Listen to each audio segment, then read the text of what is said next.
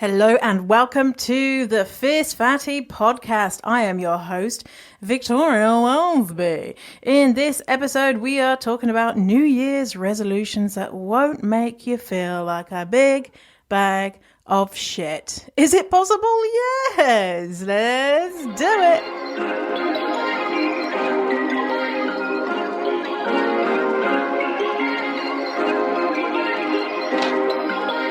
Perfect. You're listening to the Fierce Fatty podcast. I'm Victoria Wellsby, TEDx speaker, best-selling author, and fat activist.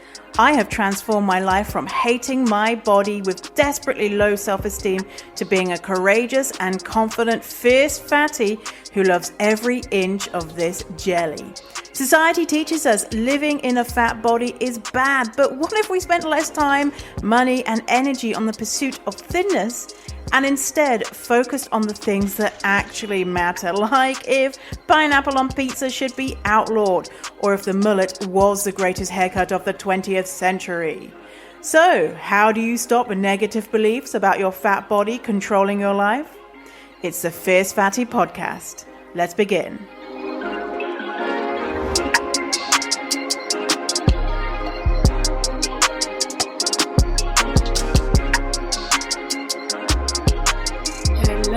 Hello, fatty, how you doing today? Good riddance to 2020. 2020 can suck on my dangly tits. Can't it? Can it suck on your dangly bits? I'd think so. I remember recording an episode a year ago and being like, 2019, what a year. I knew nothing. 2020. Now, please, baby Jesus, or whoever God's in the sky, gods of the internet or gods of whoever, whatever, please, for the love of everything that's good, let's make it so in a year's time when I'm like, it's the end of the year, I can be like, well, 2021 was a lot better than 2020, wasn't it? Oh my God, remember 2020? Oh, LOL. So 2021, okay, predictions for you. Vaccine for coronavirus is going to be more widespread. People are going to be able to start to go on holidays, on vacations. People will start to get more jobs, and Biden and Kamala are going to be great, and fat positivity is going to spread even more in the world, and I'm going to get a romantic partner. Yeah, I'm gonna get some sex. Yeah, 2021, I'm gonna get some D. Yeah. What are your hopes for 2021? It's gonna need to be better than 2020, right? So now, this episode that I'm going to be playing for you today, I'm talking about all of the bullshit that we are having to deal with currently because end of the year, start of a new year, and this is when diet companies are just like, yeah, let's gonna get these motherfuckers, let's get them money, ooh, get their fatty dollars, ooh, give it to me. And it's very difficult. It's very difficult because, you know, in New Year, it's kind of like that spring cleaning. You know, you want to renew and start afresh, and it's so hard not to look at your body and be like, you know what, this is going to be my year that I'm going to become really thin. I know, this is my year. And chances are, you know, 95 to 99, 100%, 150% chances of it. It's not. But instead of doing loads of shit that is going to make you feel bad, you know, like dieting and other things that don't make you feel good, I have laid out some ideas for things that you could be doing that is going to improve your confidence, that is going to help you love your body, that is going to help you have a more peaceful relationship with food. And isn't that a great thing to try and move into the new year with? Imagine in 12 months from now, if you do the quote unquote good things, the things that are good for your brain and for your body, versus all the things that society, diet companies tell us that are good, the not so good things for our mental and physical health. What difference that could make? What difference a year makes? I'm sure that's a song. What a difference a day makes, 24 little hours. What a difference a year makes, 12 months. Doesn't really go. Yeah, so why could you be in a year? Listen to this episode and why don't you write down some ideas or things that you want to achieve in 2021? I'm such a big goal setting person. Oh my God. Goal setting has changed my life. So yeah, why don't you do it? Let's do this episode. Welcome to 2020. Oh my God, you survived. I survived. If you're listening to this in a different year, then welcome to the year that you're listening to this. Hurrah, you're alive.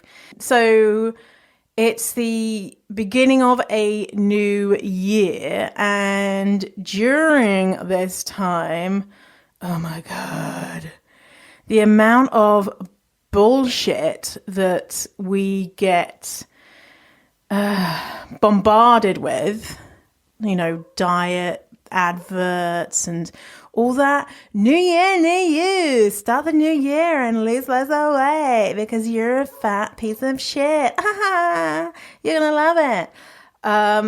It's pretty overwhelming, right? And there's a thing about starting a new year is you do want to, reset or try something new or become the best version of yourself. And I know I just went and had a good old clean and disinfected things. I'm like, oh my God, it feels so good.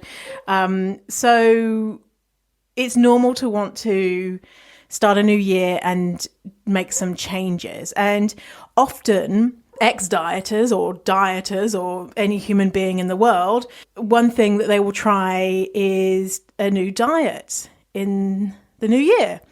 And as we know, diets don't fucking work. They're a big bag of bullshit. And diet companies are smart. They're packaging diets in new ways. I saw this diet advert today and it was like this animation of this woman singing and saying, oh, you get one-on-one support. And I was like, oh, it looks so fun. And then I was like, oh, it's a fucking diet advert. And I was like, well, no. And so they're smart about repackaging these things. And you might be looking at some of these new fancy diets where you put a cucumber up your bum hole and think, oh, yeah, this one might work. And it's not because you're naive or gullible or whatever. It's because they're really fucking smart marketers. They have to be, because diets have been around for a while now and body positivity and anti-diet is becoming more and more mainstream. And so they have to be like, this isn't a diet. So many people come to me and say, I don't know if this is actually a diet or not. It's one where you rub pepper into your eyes. Like, is that a diet? And I'm like, yeah, that's a diet. And so if you are trying to manipulate your body size through what you eat, or trying to manipulate your body size through what you eat, then it's a diet, right? So if you're I might be thinking about doing a diet, check out this episode, listen on in. Or if you just want to improve the way that you relate to your body and you're not at that place yet of thinking that you're a badass fucking queen or king or gender non-conforming royalty member, I wonder what that would be. I'm with these words like, what is last episode I was talking about that, God, get a new topic, but I'm just like, what is the non-binary word for that? Anyway, So if you're not at that place yet where you know that your body is fine just the way it is, or okay, or amazing, if you're at a place where you are actively disliking your body, maybe try some of these suggestions for New Year's resolutions that are gonna make you feel better and not worse. Because if you go on a diet, chances are it's going to fail. And then what happens when something fails is we blame ourselves. And diet companies are really good at blaming you as well, because you were so bad and naughty and you just ate all the food, when the reality is that diets are not sustainable, and not eating food makes you feel out of control around food and you need food. Anyway, if you want to know more about why diets don't work, then go back to episode 2 or 3 where I talk about it. Yeah, so I'm going to give you some suggestions, and these are things that I do, and these are things that I continually do, because it's not like you get to a place where you're like, I am amazing, and then that's it. You're done for the rest of your life. It's a constant process, because we are constantly being bombarded with messages to say that you're not good enough. And the way that I deal with it is that I'm very in tune with whenever I am not feeling 100%, I'm a detective about it. I'm like, what the fuck is going on? Because it's strange, right?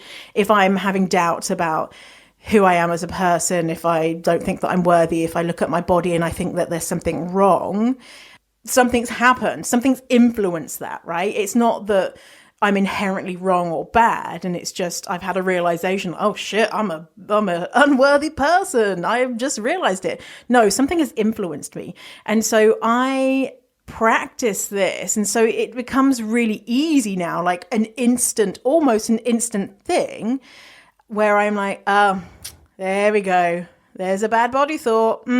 Yep, know where that came from. Getting that out of my life. Thank you very much. So this is a practice. Everything that I'm going to suggest to you, it's not, you're going to get rid of it, and then all the next day you're going to wake up and you're going to be like, oh, hello, I'm Beyonce. Hello, I'm amazing. You might do, who knows? But you just have to keep practicing it. So some suggestions for you. Things that you can take on. You can do all of these things. You can do one of them. You can say, fuck you, Victoria. These are all bullshit. I'm not doing any of them. Whatever you want. You're the boss of you. So first one is to take all body shaming language out of your life. And so that starts with talking about you and not saying like, oh, look so disgusting today, or even not just body shaming, just derogatory shit about yourself. And so you might have, a lot of us do, have a habit of being like, I'm so fucking stupid, or I should have done this and I should have done that, and my hair looks like shit today, or whatever it is. How often do you do the opposite? Whenever I talk about myself, I'm always just like, I look great today. Like if I verbalize things, it will be a positive thing. Because your ears are right next to your mouth, right? And they're hearing that shit. And so if you're talking crap about your body, your ears are like, listen up here, what's she saying? And then it goes into your brain. And then it's just a reinforcing of that negative message. You might be thinking it, but how about if you're thinking it, you decide in that moment to pick out something that you do like about yourself and voice that instead. Or if you catch yourself being like, something is bad today, or I don't look good today, or whatever, say something positive to counteract that. And so the other side of this is talking about other people. Now, it's so common when we want to bring someone down is to talk about their appearance, right? Think about Donald Trump. Think about the ways that people take him down. They say that his hair is shit, and he's fat, and he has a small penis, and if you engage in that type of talk, you're saying it's okay to judge others, even if they are the devil themselves, on how they look. And it's not. Even though Donald Trump is the biggest bellend around, it's not okay to say, oh, he's such a fat bastard or whatever. It's body shaming. So even if you're body shaming your worst enemy, it's body shaming. It's judging others on their body. And that's not okay, even for people that we hate. So get that language out of your life. And even, like someone like Donald Trump, like, holy shit, he's got so many bad things about him. And the fact that he is fat is not one of them. Literally, like you've got a laundry list of shit to go after there, so many things. You can be like, well, that he's a bad guy. He's a bad person. He's a racist and a rapist and a predator and evil and all that sort of stuff, and saying, oh, and he has a small willy. It's not cool. And talking about saying he has a small penis is transphobic. So those statues, remember those statues that went up maybe a couple of years ago, and it's just to mock him. How many people who have that body, that size penis, that size body, that size stomach, whatever, that hairstyle, whatever, and the nation is like, oh yeah, this is so funny, look at this statue of Donald Trump naked, to try and belittle him, but it's going about it in the wrong way, right? Because if you had that body and you see the whole nation laughing at you, if you had that penis size and the whole nation was laughing, oh my God, it's so shameful to look like that. Well, it's not very nice, is it? So yeah, body shamey language, just get it out of your life. And if you want to insult someone else, just get more creative, right? Call them a massive wanker or a bellend or whatever it is. So next, number 2, there's something about my personality which is I like taking stock of things. And so I have kept a diary since I was 11 or 12, maybe 13 at the very oldest. But I was given a diary then, and then I spent maybe 10 years filling that up and have another diary. It's so fucking interesting and funny and sad and all of those things. But anyway, I have this habit of wanting to write. And so this is easy for me. And so what I do every night is I will write down in the morning and at night. So in the morning, I write down what I'm grateful for, 3 things that I'm grateful for. And in the evening, I write down the 3 best things that happened that day and how I could have improved that day. Now, you can just do that, or you can buy, I have a specific diary for this, which I bought, which is called the 5-minute journal. Just Google 5-minute journal. I think there's a 3-minute one there too as well. They're all just knockoffs of each other. It's not fat friendly because there's a blurb in the beginning and it mentions something like weight loss. And I was like, oh, for fuck's sake. So, maybe don't read the blurb, or maybe get the 3-minute one. Maybe they don't have mention of weight in it, or maybe just just write them down yourself. So the 3 things in the morning, the 3 things I'm grateful for, and 3 things that I would like to happen that day. And in the evening, the best things that happened, 3 best things that happened that day, and what I could have done to improve the day or make it better. Now, this is something that I've done for a long time. So sometimes I'll have breaks, and I always have some sort of diary where at the end of the day, I ask a question. I have one which is a 5-year one. I'm on year 2 now, and it's interesting, so interesting. But it really, really gives you clarity. And practicing gratitude has been shown to benefit you in multiple ways. And one way that's related to confidence and loving yourself is to realize that even if you have perceived that your body is not okay, your body still does tons of shit for you. Like you're like, oh, my body is disgusting. And your body is like, yo, motherfucker, I'm like breathing here for you. I'm making your heart beat. Your brain's working, and all you're complaining about is that you don't like your cellulite. Like, fuck you, right?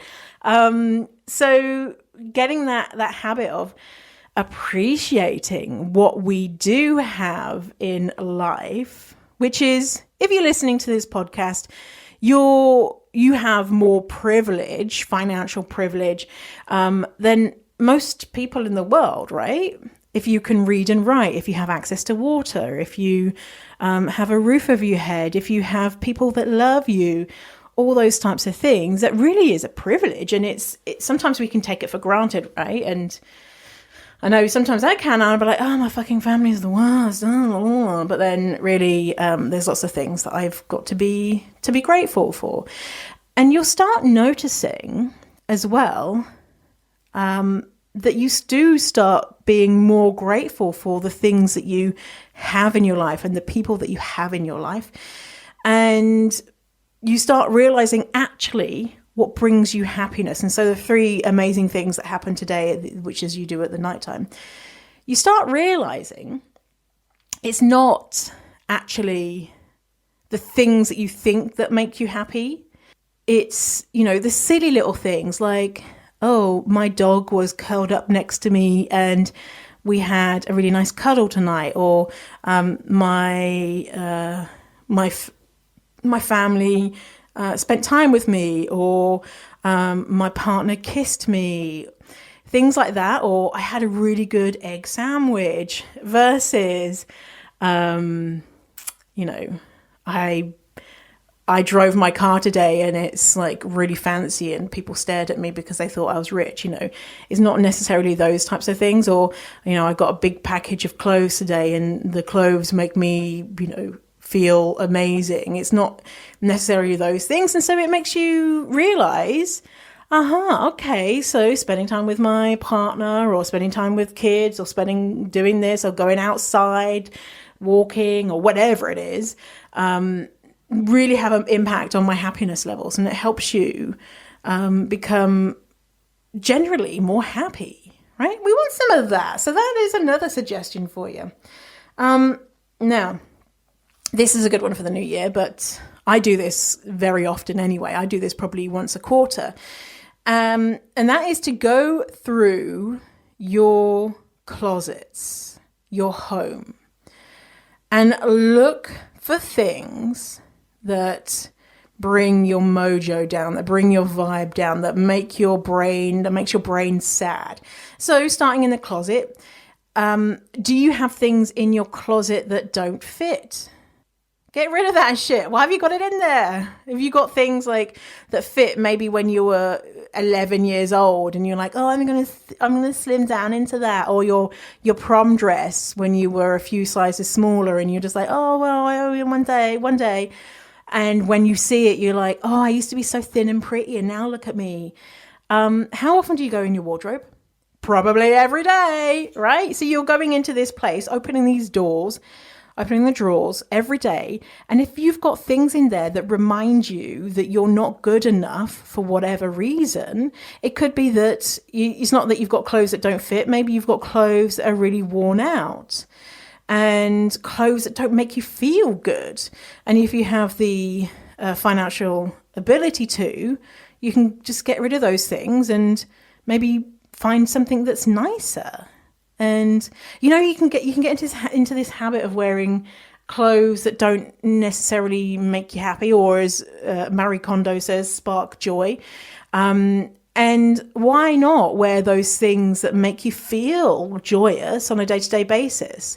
If you've bought clothes that are like goal outfits when you were dieting previously, and you're just like, but they were so expensive and they're so nice, donate them. Someone else is out there who's like, oh, I really want one of those things, and they're going to the charity shop and they can't find them, right? So what about the things that you have in your house? Do you have a set of scales? Get rid of the scales. They need to go. Oh my God. Scales, I'm just like, oh, scales, they give me the heebie-jeebies. No. If you live in a house with a partner who has scales and it's their scales, you can do something like ask them to put them somewhere else that you don't see them, or hide them somewhere that you don't know where they are.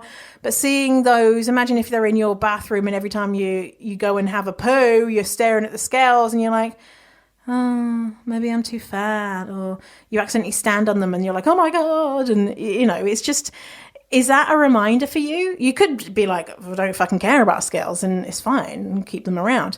But I mean, why do you need the scales? Like my mum has scales in her house and I'm like, why do you have scales? And she's like, oh, and I'm like, you don't weigh yourself, do you? And she's like, well, I use them for like, if we go traveling to weigh how heavy the suitcase is, which listen up here now. My mum doesn't go traveling.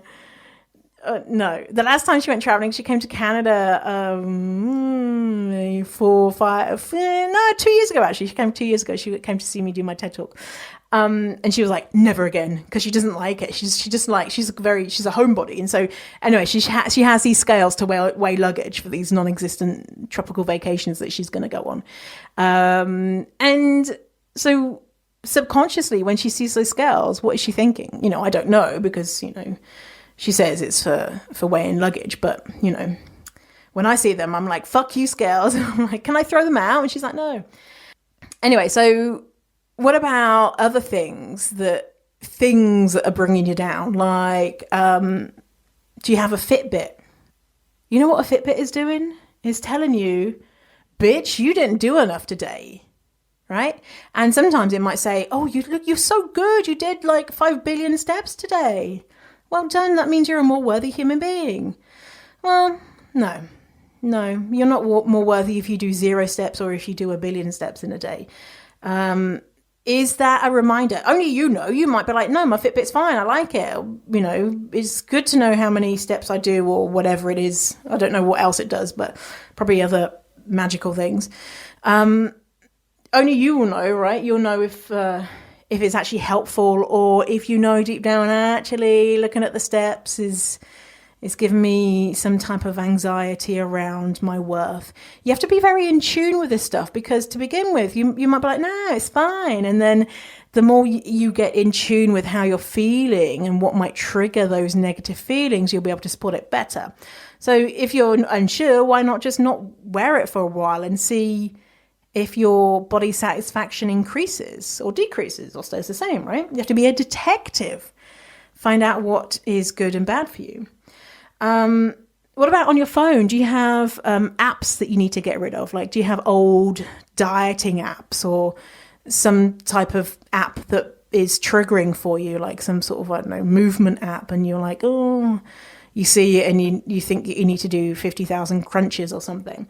And what about newsletters, the emails that you're getting? Like, have you previously subscribed to, raw, vegan, clean eating bullshit, only lick wallpaper to stay thin diet, and subscribe from that bullshit? Like, you're giving brain space, even if it is just a few seconds, seeing those emails come in. Get rid of them, unsubscribe, throw them into the sea, whatever it is, right? So the next step is looking at the things that you are consuming in regards to media and social media and films and TV and magazines and all that type of stuff. And notice how this might change. You might start watching a TV series and be fine.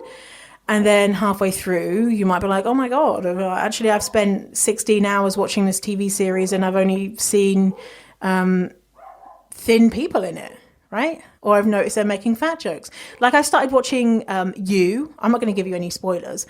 But there is a fat character. They're like a side character. I'm like, okay, great. There's a fat character and there's like no mention of their weight or anything like that.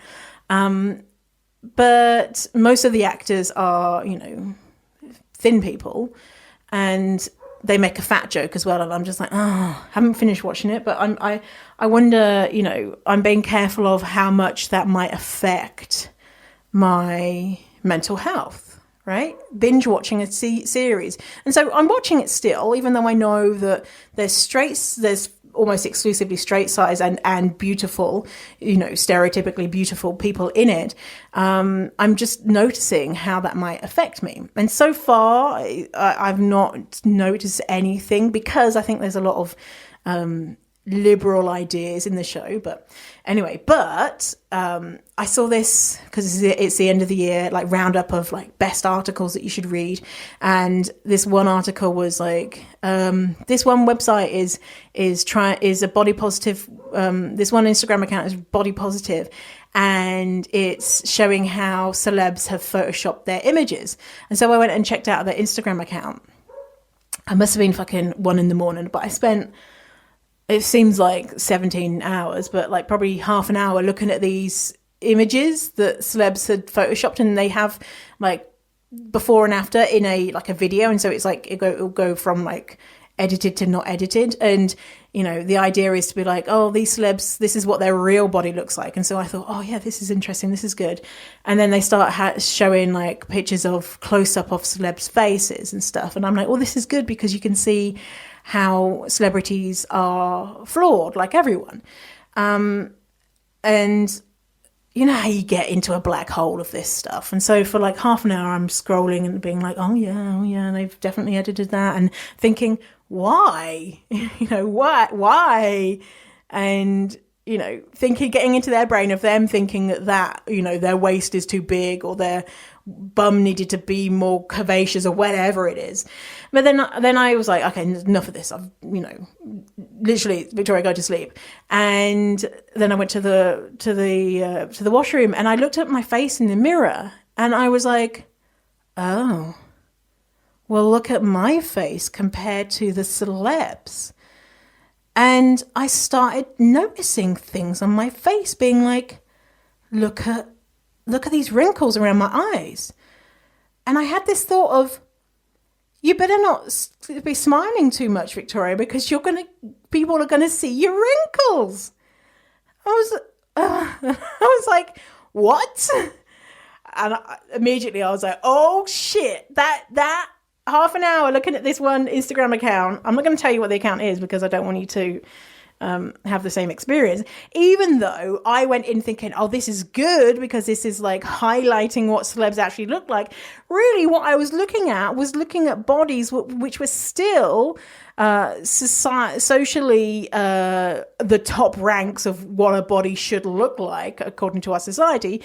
Even though when they were unedited, they were still absolutely unattainable, unrealistic. And so I was looking at this quote unquote perfect image, and then going back to the imperfect one, and the imperfect one was still insane, right? And then the close-ups of celebs' faces, and some of the faces were older celebrities, and obviously no wrinkle in sight, perfect skin, and they're trying to find the little kind of imperfections. And then when I looked at my face, I was like, whoa, what? My face isn't like the celebs' faces. And I've never cared about my face. Like, I've always been like, my face is fine. Like, no, my face is good. I've never needed to worry about it. But I started worrying about it. And this was a couple of weeks ago. And I still am noticing sometimes, looking in the mirror at my face, I'm having a reaction. And so what that is great information for me. So I know if I ever see an article about being like, oh, look at these Photoshop fails, I am not looking at that. Now, maybe in a few years' time, I might look again and, forget about this story I'm telling you, and look again, and it might not affect me. It might not affect you, or maybe it will affect you.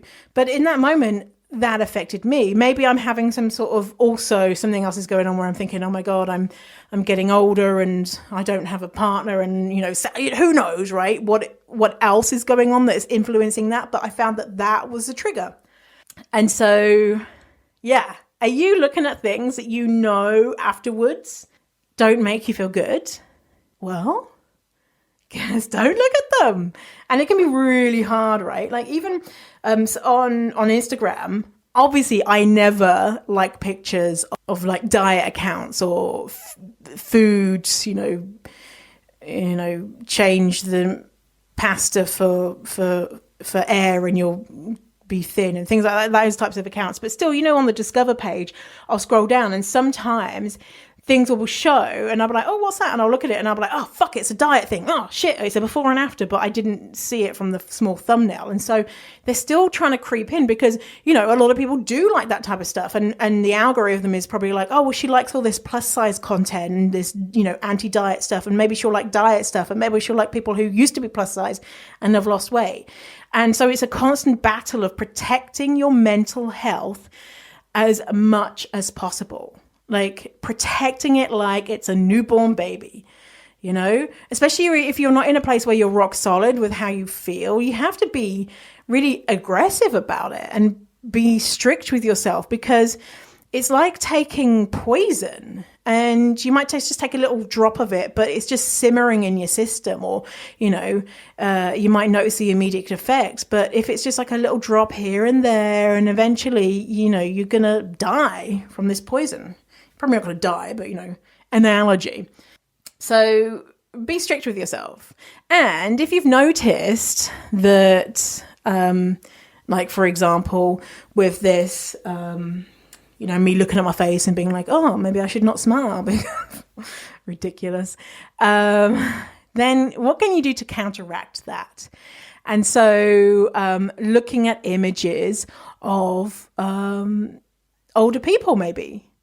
Or people who, whatever it is that you're concerned about, people who are embracing those parts of their body and joyful, not people being like, oh, this is what I used to look like, or, that type of stuff. So it's like the antidote, right? It might not be as powerful as that poison because I'm telling you, half an hour of me looking at these before and after pictures of celebs, not, before Photoshop and whatnot, it might take 10 hours of body positive content to erase that.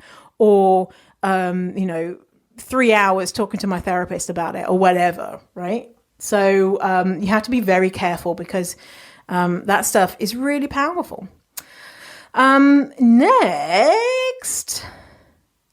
We just spoke about it, my therapist. Oh my God, I fucking love therapy. Love therapy so much. So I talk to my therapist once a month, normally almost once every 3 weeks.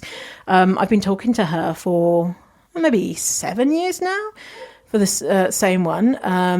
Amazing. Love her so much. And before that, I didn't have enough money before that to go to see a paid therapist. And so I found a free therapist. And so there probably, maybe, I don't know where you live, but there may be resources for you to go and see a therapist. So that's my next one is, if you can, working with a professional on this type of stuff. I cannot tell you how much I love and appreciate the fact that I have access to therapy. It really is really, really important.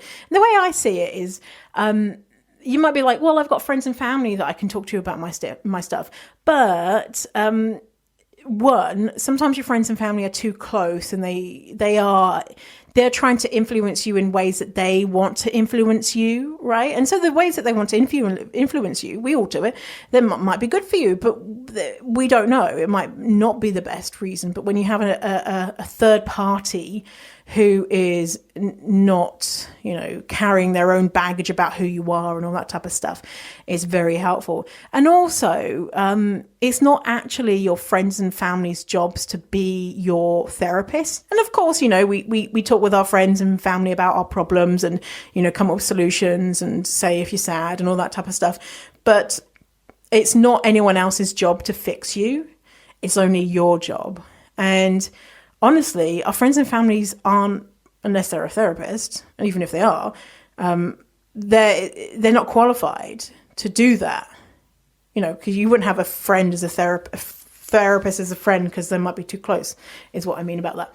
But yeah, so even if you're investing, a couple of $100 every 6 weeks or 2 months or month or whatever it is, however much a therapist is in your area, I don't know. Like, it's probably cheaper in other places, but the return on investment for me for therapy has been exponential. It's been like a bazillion % return on investment. Honestly, I cannot tell you enough. And a lot of people say to me, well, I went to therapy once and I just didn't like the therapist. Well, guess what? There's loads of therapists out there. You might go to 1, 2, 3 and be like, nah. It's not necessarily therapy you don't like, it's that therapist, right? So my therapist that I went to, she was probably the 4th therapist. My previous therapists, the 2 were okay. One I went to before her, and she was like this British lady, and I know I'm British, but she was very like snooty and being like, oh, this is your problem and this is what's wrong with you. And I was just like, bitch, we've been like speaking for 15 minutes. How do you know what's wrong with me? And I spoke to another therapist for the BBC show. They provide you with a therapist before to make sure if you're okay to do the show, and afterwards. And I didn't like her either. And it wasn't a fit. And so, I've had, that's probably 5 actually now, 5 therapists. And this one I've had, she is a great fit. And it's like meeting people at a party, right? You might meet one person and be like, they're a massive dickhead. And you might meet someone else and be like, oh my God, I want them to be my best friend therapist forever. So do some experimentation, seek some people out. And the great thing about modern technology is that you can talk to therapists online nowadays. And so no matter where you are in the world, and I've seen these adverts, I can't remember the name of it, but you can Google it and find it, where you can talk to therapists virtually. And so you can text with them.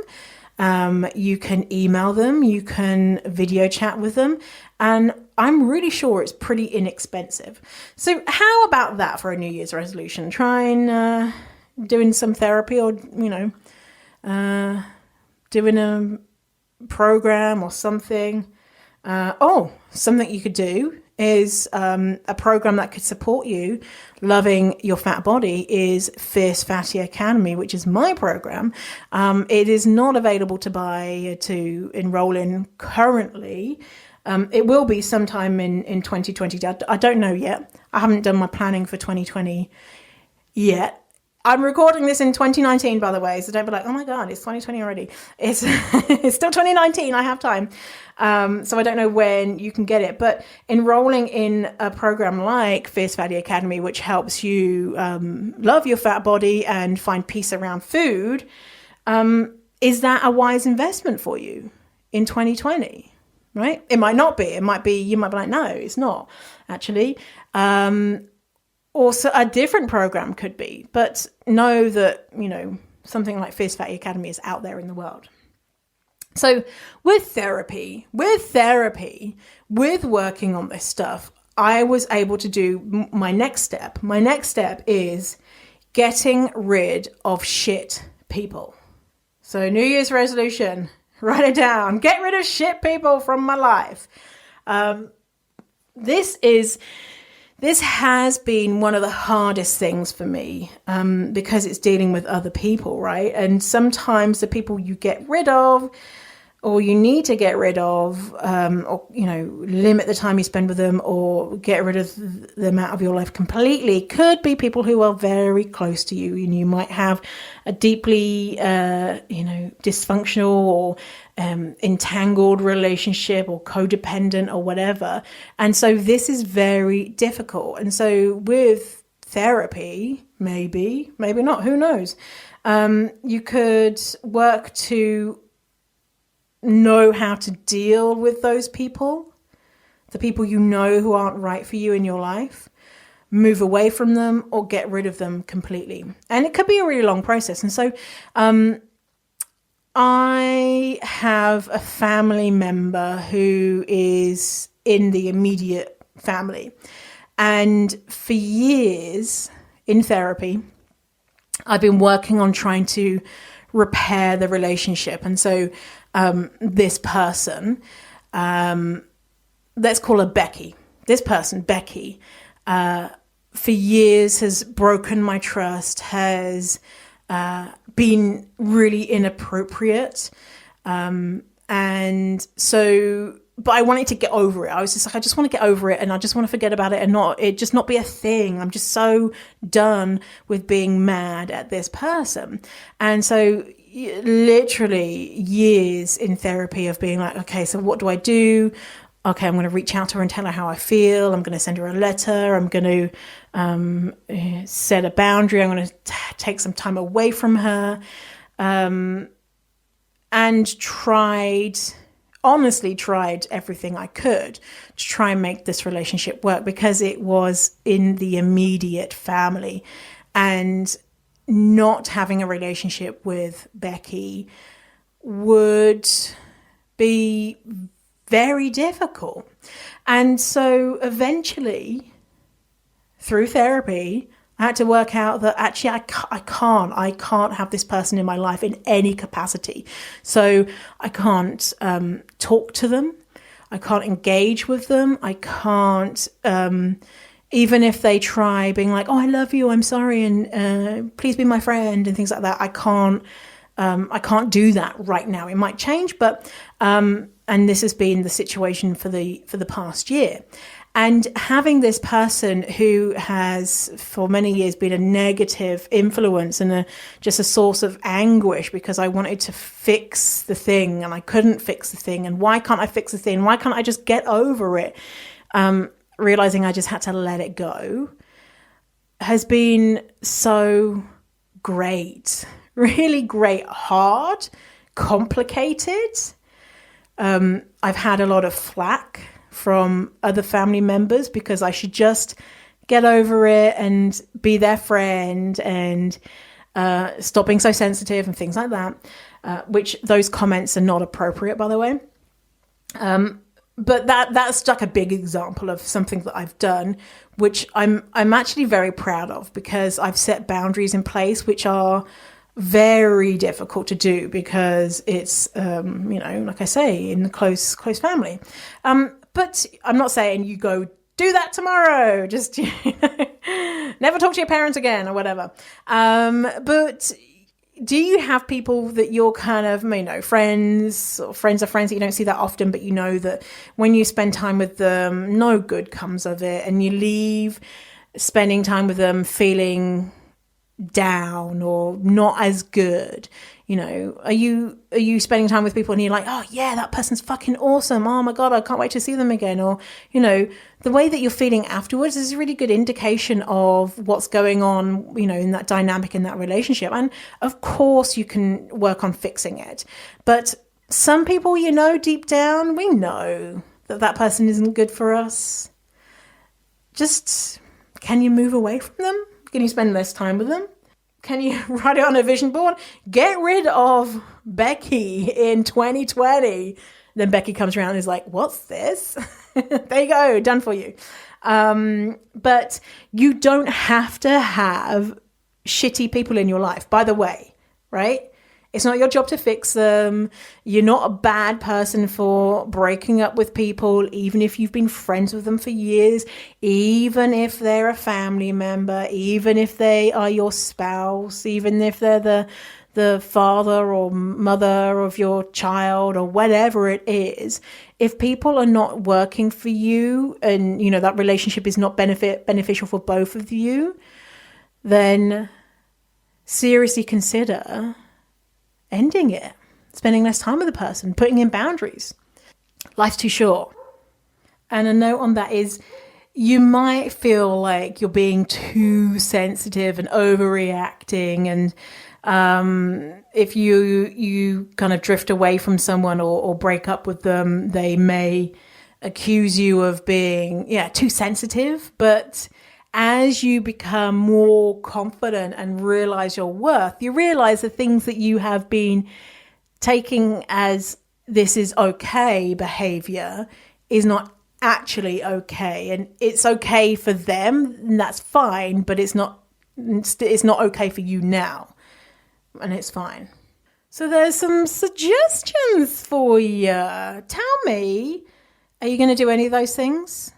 All of them? None of them? Do you have your own? Are you inspired to do your own version of one of these or some of these? Message me, let me know, victoria@fiercefatty.com, or you can find me on Instagram, fierce.fatty, or Facebook, fiercefatty, or anywhere else.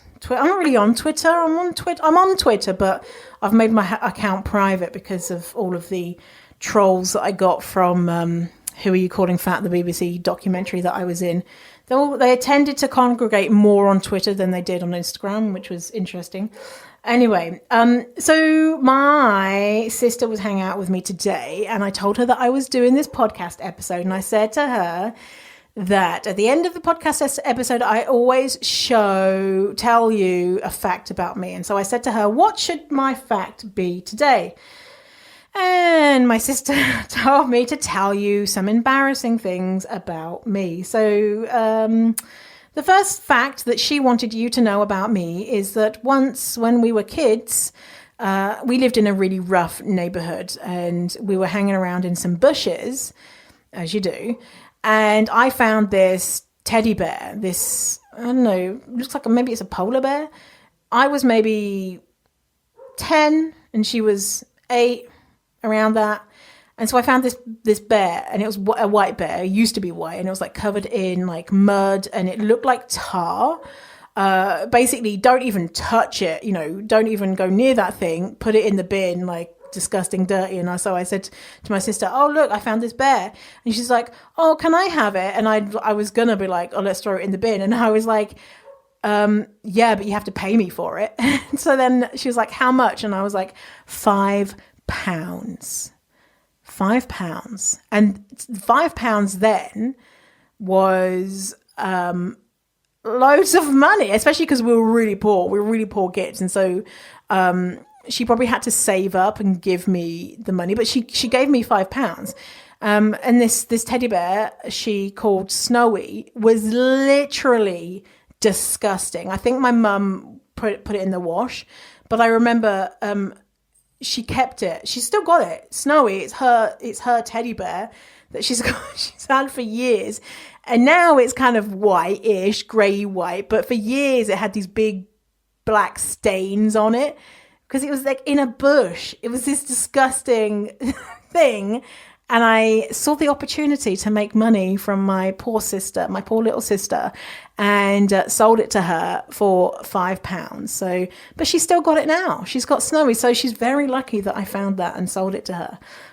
Very industrious child I was. And the other thing that she wanted to know, she wanted you to know, is that one time when it was her birthday, my other sister, who's older than us, bought her some white musk perfume. And so white musk perfume was from the Body Shop. And it was this like, we loved it. We were like, oh my God, we love this white musk perfume. And so my sister bought Kath is my younger sister's name, this white musk perfume. And I decided that I want it. And so then I stole it from her. And, obviously, like, we shared a room, we went to the same school and everything. And she's like, where's my white musk? And I was just like, I don't know. But then she like, you smell like white musk. You have my white musk perfume. And I'm like, no, I don't. And we were at this bus stop going to school. And she's like, well, let me look in your bag. And I was like, no, you can't look in my bag. There's nothing there, but you can't look. And at the end of the day, I was like, you can look in my bag now. See, there's nothing in there. And obviously it was like in my pocket or something. But then my older sister had to buy my younger sister another bottle of white musk. But eventually I gave it back. I was just so jealous. Like, yeah. But my sister was no angel. One time when she was mad at me, she made me a cup of tea and she took all the hair from a hairbrush and put it in the bottom of the cup of tea. So she ain't no angel either, okay? It wasn't me that was just the massive knobhead. Although I do feel like there's lots of stories of me being a knob when I was younger. One time, so my mum would work and we would have to entertain ourselves. And so one Saturday we decided, this is where my entrepreneurial spirit started when I was a kid. I said, let's have a fair in the back garden. And so like a fair, like, there's games and like we sell things like bric-a-brac and stuff. And so we're like, okay, well, what are we going to sell? And we just went through the house and took all the stuff in the house and put it all out into the garden. The stuff that we decided that we didn't want, like my mum's stuff. And then we made posters.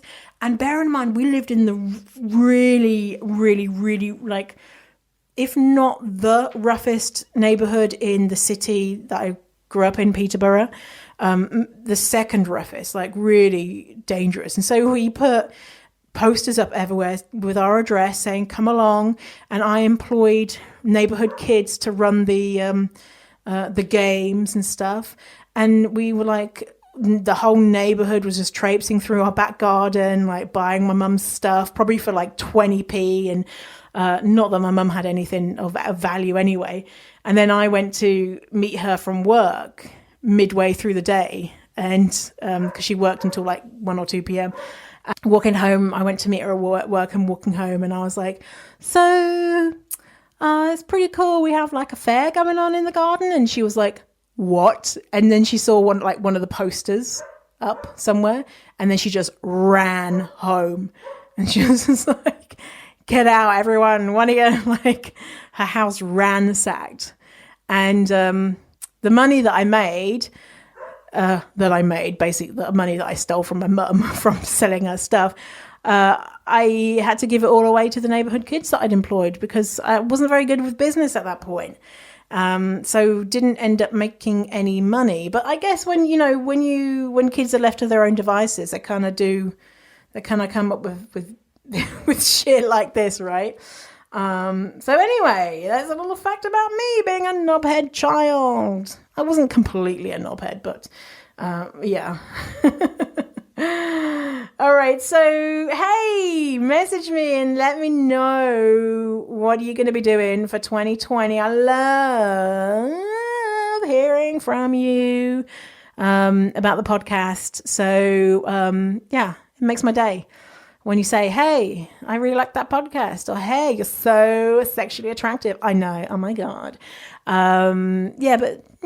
Reach out, say hi.